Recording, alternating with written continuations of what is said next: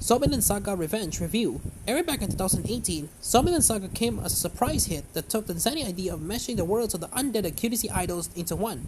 As a group of Franchocho rocketed their way to local stardom in Kotaro Tatsumi's nonsensical plan to save Saga Prefecture from some kind of certain doom. At the start of this second season, however, it turns out that not everything has gone to plan.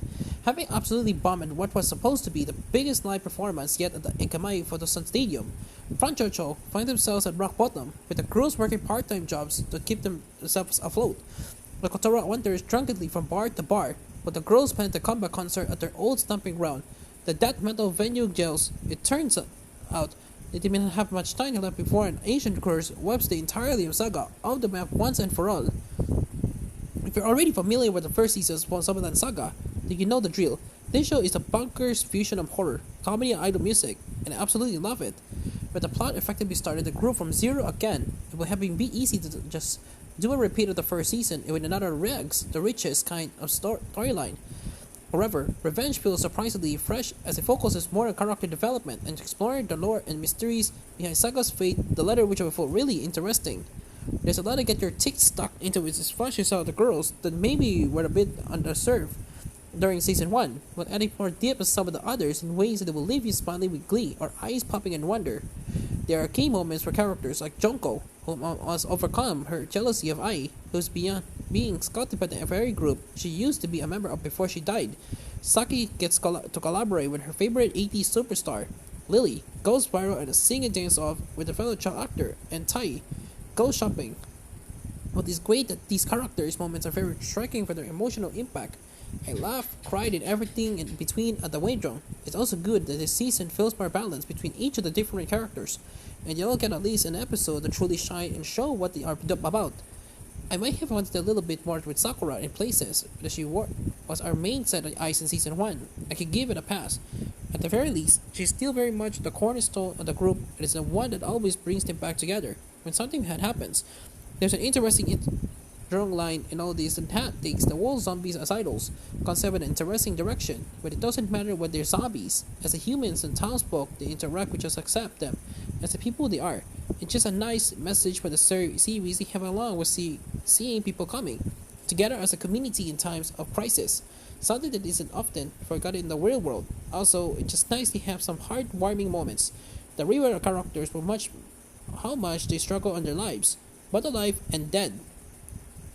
That's not to say that they cut out the comedy around this storm, as it doesn't forget that the shock value of seeing a zombie can be hilarious, continuing to build on some points from the first season, like the pliant poor policeman that keeps stumbling upon them without their human teacup, and the quest that the hardboiled journalist finds himself on the uncover their true identities.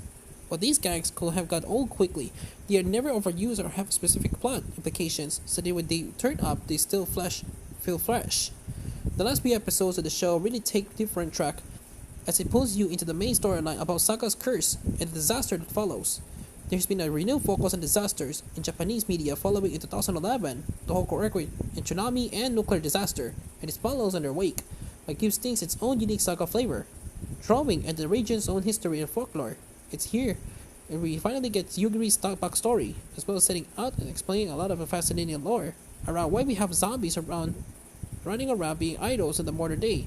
It's a really well written piece and brings a lot of the series together, but at the same time, it have stood on its own as a more in-depth story. When it comes down to it, this is a tough series about zombies and an idol group. It's their hilarious and heartwarming antics that save the day. As for the revenge, while it comes in an unexpected way, but it's a very satisfying ending that really puts forward both of these two best qualities. Animation for the series continues to be handled by MAPPA, and it's really consistent with the first season, offering the same look and feel. It's honestly one of the studio's stronger looking shows despite how much they are forced to crunch drunk things these days, and it certainly stands out amongst others that MAPPA put out in 2021, such as Remain and Talk of Destiny.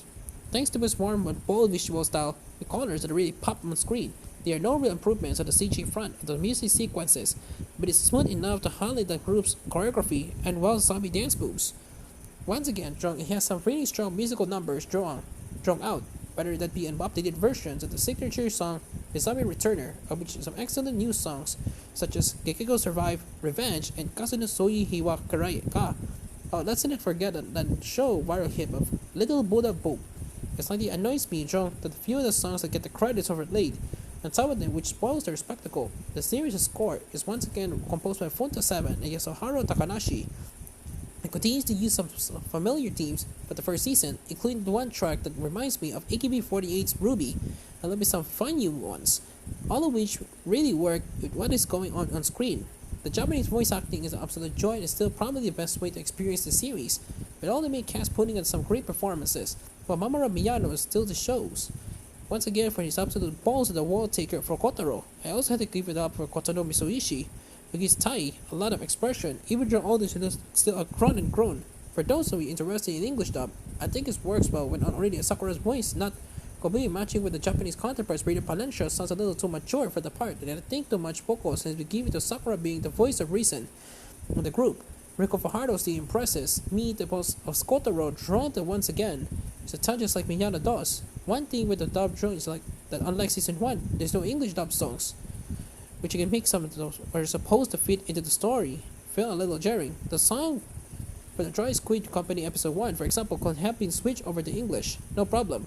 Dubbing songs doesn't work for every series, particularly for those that are really are into music, but at least are consistent about it. Crunchyroll's release of the series features all 12 episodes across 2 Blu-ray discs on standard edition format, and this extract includes a very stylistical produced interview with the Japanese cast members, a range of promotional videos for the series, 2 starring Mamoru Miyano and one of which for the main cast members, the Texas opening and ending songs. Overall, Zombieland Saga Revenge is a perfect follow-up to the already incredible first season that delivers not only zombie horror comedy and thrilling idol songs, but also successfully builds upon its existing characters and world to create a very heartwarming and thrilling storyline. A true special series and Mappa's repertoire.